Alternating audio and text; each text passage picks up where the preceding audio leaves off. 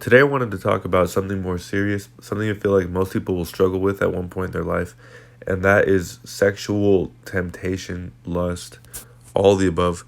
I think I refrain from calling it sexual sin because I think we have to understand communication is only partially verbal. A lot of it has to do with tone, a lot of it has to do with body language, and also it also comes through the lens of personal interpretation. Everyone interprets things through their lens of personal experience. So words can have a literal meaning and still have a different meaning and a different connotation. In my opinion, when we talk about sexual sin, it's in a connotation where we're explaining it as it being one of the worst sins you can do.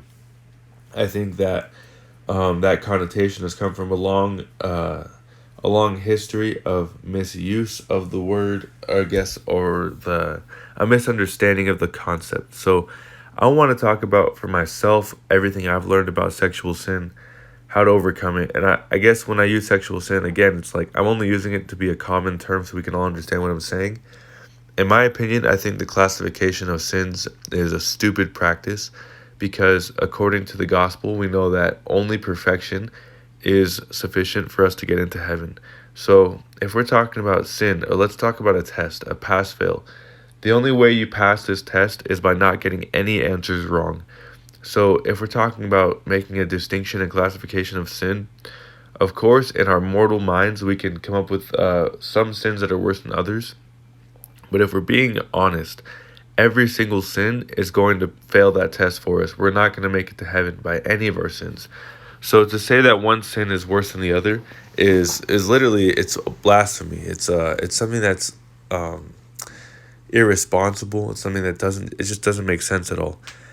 To say that because one person struggles with lust and the other person struggles with envy, that they're different is stupid. So in my opinion, we need to look at sexual sin as it just being sin of a sexual nature rather than being, oh, that's one of the worst things you can do. I think every man is struggling with this right now is lust and also having this sexual energy they have no idea what to do with because in our society at this point we've gotten to a place where interaction with the opposite sex is always like falsified. It's always a fabrication. It's never authentic. No one really knows how to do it anymore. We don't know how to interact because everyone has ulterior intentions or who knows what. You never know what's the real truth behind why is this person interacting with you. You never know if this girl just wants attention or what. As far as the girls go, you never know if this guy all he wants is sex or not. It's like because of so much I guess malpractice and abuse of principle, we've gotten to a point where no one knows the real way to interact with the opposite sex anymore. But anyways, as far as overcoming the lust, as far as overcoming the temptation, part of it comes from this simple fact you have to realize that let's say you're struggling with pornography or masturbation or whatever. The real reason why you haven't quit, the real reason why you haven't stopped is probably mainly because you don't want to. Because you don't have a better substitute for how you're going to express your sexual feelings, your sexual energy. But the only way you're going to get through that is by building yourself into a better person, by becoming a man. I'm speaking mostly to a male audience here. I'm assuming that that's who's listening. But basically, you have to build yourself into a better person. You have to become that person that someone will be sexually attracted to. You're never going to have sex if you're not physically fit, mentally capable, if you don't have competency. As far as women goes, I think my thing I've come to this realization that what makes me attracted to a woman, obviously her physical appearance, but most of all, what will make me want to be like involved with her is gonna be her sweetness. And I use sweetness as a quantifier, like how sweet are you? I think that I haven't really thought about it from a woman's perspective, but I think me looking at women, I'm like I'm more attracted to women who just seem to be sweet in nature, and that's what I look for. And then combine that with a physical fitness, and then combine that personality trait of sweetness. I think that's all I need. That's all I need for to consider someone as an option. But anyways, another thing I realized about sexual temptation and stuff like that, lust, is that it's not in our power to overcome. It's something that's preset in our biological nature. The only way you're going to overcome this is through God's power. So that means if you have not overcome it yet, it's because God has not given you the power yet. So you have to ask yourself, why? Why has God not delivered me from this? The real reason why is because of the lack of character development. You have not become the person that God needs you to be yet. And He will give you a free pass as long as you're willing to put in work. Also, by the way, this video is going to get cut short because my phone stopped recording halfway through the workout. The footage got corrupted. And so you're going to see it end soon, but I'm going to keep talking. So just keep listening, I guess. But anyways, as far as deliverance and being able to overcome this lust, because it is a sin, but it's not any sin different than other sins, which is what I explained at the beginning. But what has to happen is you have to commit yourself fully to God. You have to promise Him that if He were to give you the power to overcome this sin, that you will in turn give your whole heart and everything you have to God. And not even after. You have to do it. That's the precondition. You have to be willing to give your whole heart to God. And you have to promise Him that if He were to deliver you, that you would never voluntarily go back to that sin.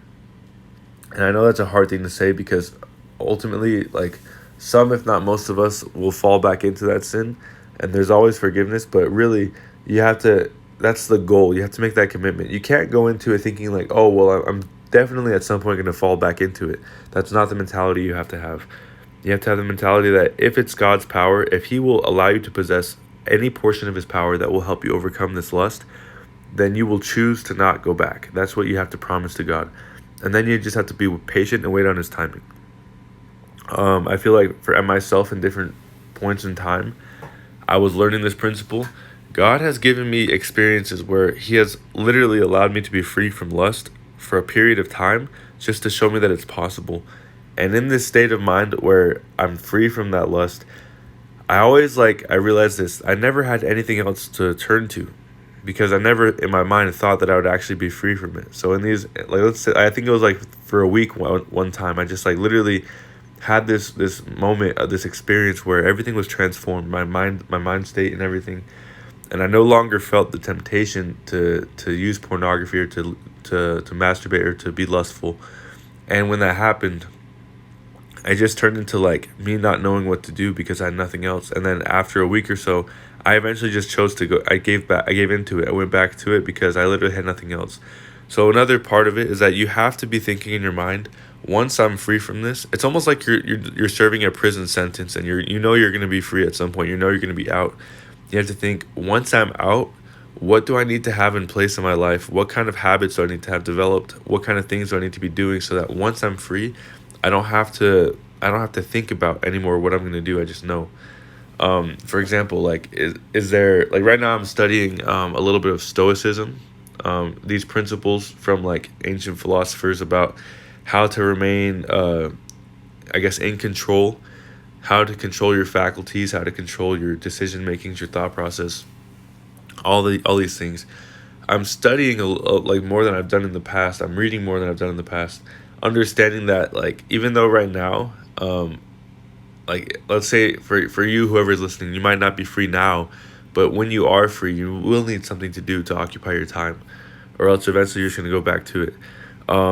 That's about all I have to say for today about lust and temptation, pornography, all that stuff. But I will speak on this more. It's just I'm using this as a practice. This video is like more of me using the opportunity to practice speaking about this, because I know my message will help lots of people one day. Someday at some point, I'll have the opportunity to speak to more people about this. But I'm just using this to develop my thoughts. I hope whoever listened to this had a good experience, or that you're able to glean some insights, and through listening to me, hopefully your own thoughts were able to speak to you as well.